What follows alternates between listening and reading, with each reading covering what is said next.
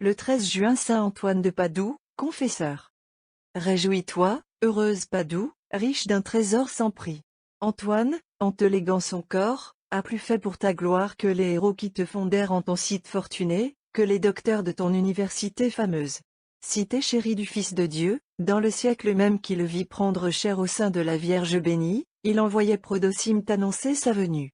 Et tout aussitôt, répondant aux soins de ce disciple de Pierre, ton sol fertile offrait au Seigneur Jésus la plus belle fleur de l'Italie dans ses premiers jours, la noble Justine, joignant au parfum de sa virginité la pourpre du martyr.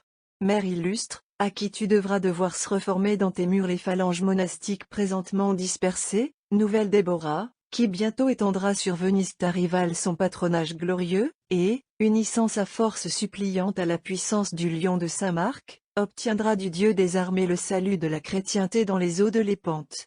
Aujourd'hui, comme si, ô Padoue, tes gloires natives ne suffisaient pas aux ambitions pour toi de l'éternelle sagesse, voici que du fond de l'antique Ibérie, Lisbonne est contrainte de te céder sa perle la plus précieuse. Au milieu des troubles qui agitent l'Église et l'Empire, dans la confusion qu'amène l'anarchie au sein des villes italiennes, Antoine et Justine partageront le soin de ta défense contre les tyrans. L'Occident tout entier bénéficiera de cette alliance redoutable sur terre et sur mer aux ennemis de la paix et du non chrétien. Combat nouveau, qu'aime le Seigneur. Quand cesse de se montrer les forts en Israël, Dieu se lève et triomphe par les petits et les faibles. L'Église alors en paraît plus divine. Le temps de Charlemagne n'est plus. L'œuvre de Saint Léon III subsiste toujours. Mais les Césars allemands ont trahi Rome, dont ils tenaient l'empire. L'homme ennemi, laissé libre, a semé l'ivraie dans le champ du père de famille. L'hérésie germe en divers lieux, le vice pullule. Et si les papes, aidés des moines, sont parvenus, en d'héroïques combats, à rejeter le désordre en dehors du sanctuaire, les peuples, exploités trop longtemps par des pasteurs vendus, restent sur la défiance, et se détachent maintenant de l'Église. Qui les ramènera? Qui fera sur Satan cette nouvelle conquête du monde? C'est alors que, toujours présent et vivant dans l'Église, l'esprit de la Pentecôte suscite les fils de Dominique et de François. Milice nouvelle organisée pour des besoins nouveaux, ils se jettent dans l'arène, poursuivant l'hérésie dans ses repères les plus secrets comme au grand jour, tonnant contre les vices des petits et des grands, combattant l'ignorance. Partout dans les campagnes et les villes ils se font écouter, déconcertant les faux docteurs tout à la fois par les arguments de la science et du miracle, se mêlant au peuple qu'ils subjuguent par la vue de leur héroïque détachement donné en spectacle au monde, et qu'ils rendent au Seigneur repentant et affermis, en l'enrôlant par foule compacte dans leur tiers-ordre devenu en ces temps le refuge assuré de la vie chrétienne. Or, de tous les fils du patriarche d'Assise, le plus connu, le plus puissant devant les hommes et devant Dieu, est Antoine, que nous fêtons en ce jour. Sa vie fut courte, à 35 ans, il s'envolait au ciel.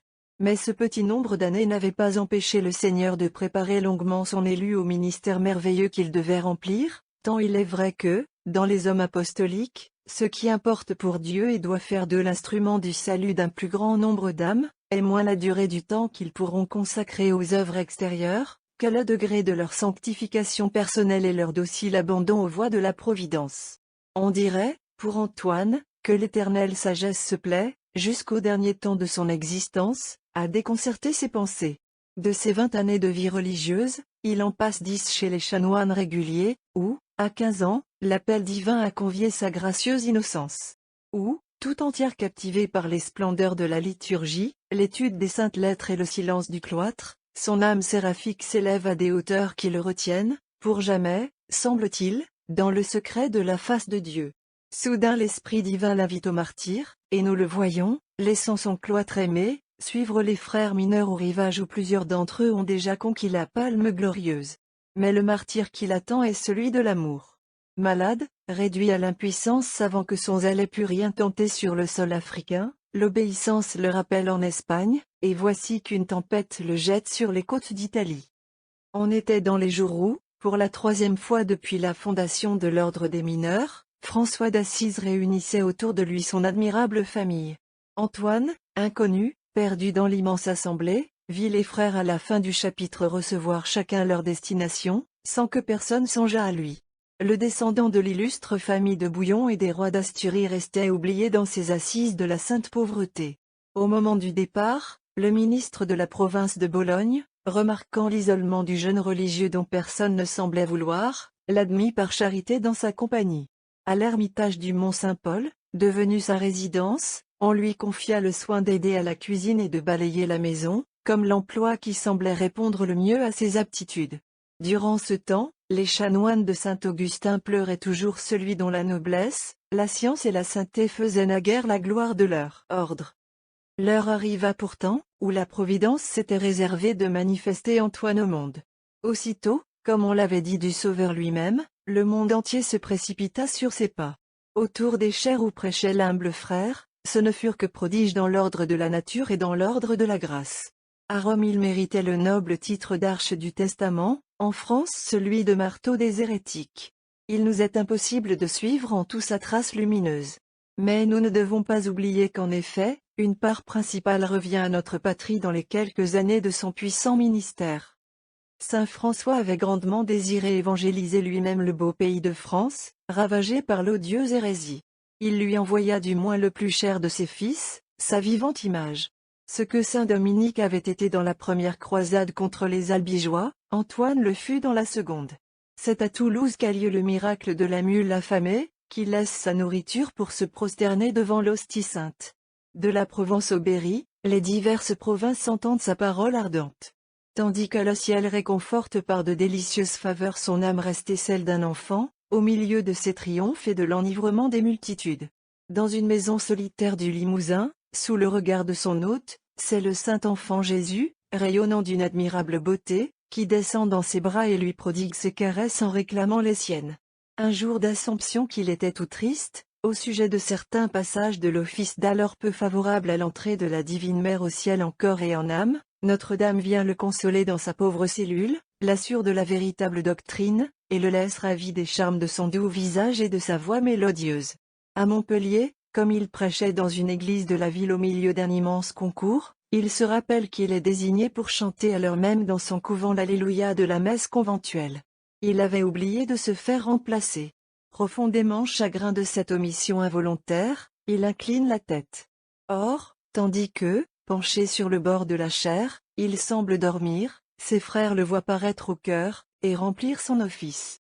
Après quoi, reprenant vie devant son auditoire, il achève avec éloquence le sermon commencé.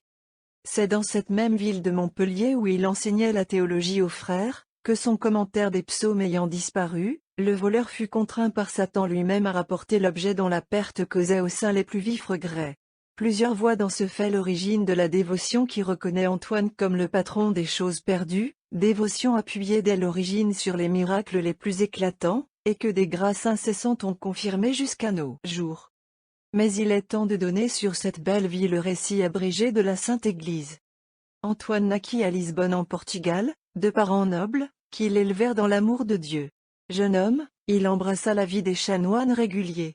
Or il arriva que 5 frères mineurs étant morts pour la foi au Maroc, les corps des bienheureux martyrs furent transportés à Coïmbra. Leur vue embrasa Antoine du désir d'être aussi martyr, et il passa dans l'ordre de Saint François. Sous l'impulsion du même désir, il eut bientôt gagné le pays des Sarrasins. Mais une maladie le réduisit à l'impuissance et le força de revenir. Or, comme le navire faisait voile sur l'Espagne, les vents le poussèrent en Sicile. De Sicile il se rendit au chapitre général qui se tenait à Assise.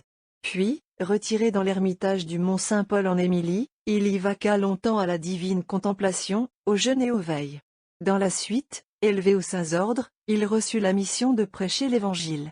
Telle apparurent alors la sagesse et l'abondance de sa parole, telle fut l'admiration qui l'excita, que, prêchant un jour devant le souverain pontife, il fut appelé par lui l'Arche du Testament. L'hérésie surtout ressentit sa vigueur, et les coups qu'il lui porta valurent à Antoine le nom de perpétuel marteau des hérétiques. Le premier de son ordre, à cause de l'éclat de sa science, il expliqua les saintes lettres à Bologne et ailleurs, et dirigea les études de ses frères. Après avoir parcouru des provinces nombreuses, un an avant sa mort il vint à Padoue, où il laissa de sa sainteté d'insignes monuments. Enfin, précédé par les grands travaux qu'il avait accomplis pour la gloire de Dieu, chargé de mérite, illustre par ses miracles, il s'endormit dans le Seigneur aux ides de juin, l'an du salut 1231. Le souverain pontife Grégoire IX l'inscrivit au nombre des saints confesseurs. Le défaut d'espace nous contraint, à notre grand regret, d'être sobre de pièces liturgiques. Mais nous ne pouvons omettre ici le répond miraculeux, dont la composition est attribuée à saint Bonaventure, et qui justifie son nom tous les jours encore pour ceux qui le récitent avec foi dans leur nécessité. C'est le 8e répond de l'office de saint Antoine de Padoue dans la liturgie franciscaine.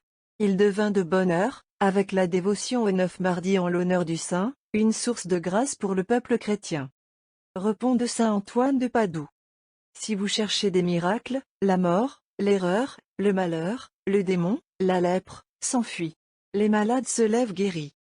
On voit céder la mer, et les chaînes se briser, jeunes et vieux retrouver par la prière l'usage de leurs membres et les objets perdus. Les dangers s'évanouissent, le besoin cesse, à ceux qui l'éprouvent de le faconter, aux Padouans de le dire. On voit céder la mer. Gloire au Père. On voit céder la mer. Priez pour nous, saint Antoine. Afin que nous soyons rendus dignes des promesses de Jésus-Christ. Prions. Que la mémoire faite par nous du bienheureux Antoine votre confesseur soit pour votre Église, ô Dieu, une cause de joie. Qu'elle y trouve l'appui constant de vos grâces, et l'assurance du bonheur éternel. Par Jésus-Christ notre Seigneur. Ainsi soit-il. Glorieux Antoine, la simplicité de votre âme innocente a fait de vous le docile instrument de l'esprit d'amour. L'enfance évangélique est le thème du premier des discours que le docteur séraphique consacre à votre louange. La sagesse, qui fut en vous le fruit de cette enfance bénie, forme le sujet du second. Vous étiez sage, ô Antoine. Car dès vos jeunes années vous aviez poursuivi l'éternelle sagesse, et, ne voulant qu'elle en partage, vous aviez en grande hâte enfermé votre amour dans le secret du cloître et de la face de Dieu, pour savourer ses délices. Vous n'ambitionniez que le silence et l'obscurité dans son divin commerce. Et, dès ici-bas, ses mains se sont plues à vous orner d'une incomparable splendeur. Elle marchait devant vous. Vous la suiviez joyeux pour elle seule, et sans savoir que tous les biens devaient se rencontrer pour vous dans sa compagnie et l'heureuse enfance, à qui, maintenant comme de vos jours, sont réservés la sagesse et l'amour. Mais qui, dans le monde, est enfant aujourd'hui. S'écrie votre illustre et saint panégyriste. Plus d'humble petitesse. Aussi, plus d'amour. On ne voit que vallées s'arrondir en collines, et collines s'enfler en montagnes. Mais qu'a-t-il écrit? Vous les avez renversées, dans le temps qu'ils s'élevaient. Et Dieu dit à ces hauteurs usurpées, je t'ai ramené à la petitesse de l'enfance, mais d'une enfance profondément méprisable au milieu des nations. Pourquoi, ô homme, cette puérilité remplissant vos jours d'inconstance, d'ambition tapageuse, d'efforts qui ne récoltent que le vent? Autre est l'enfance dont il est dit qu'elle est la plus grande dans la patrie des vraies grandeurs. Elle fut la vôtre, glorieux Antoine, et vous livra tout entier aux divines influences. En retour de votre soumission toute d'amour au Père qui est dans les cieux, les peuples vous obéirent, les plus féroces tyrans tremblèrent à votre voix. L'hérésie seule, un jour, refusa d'écouter vos accents. Mais les poissons vous vengèrent, ils vinrent par multitude, aux yeux de toute une ville, écouter votre parole dédaignée des sectaires. L'erreur, hélas, qui se dérobait devant vous, ne se contente plus maintenant de refuser d'entendre. Elle veut parler seule. Après s'être relevée depuis longtemps des défaites que vous lui aviez infligées, la fille de Manet, restée la même sous le nom nouveau de franc-maçonnerie, gouverne à son gré la France. Le Portugal, où vous naquîtes, la voit chercher presque au grand jour à pénétrer jusqu'à l'autel. Le monde entier s'abreuve à ses poisons.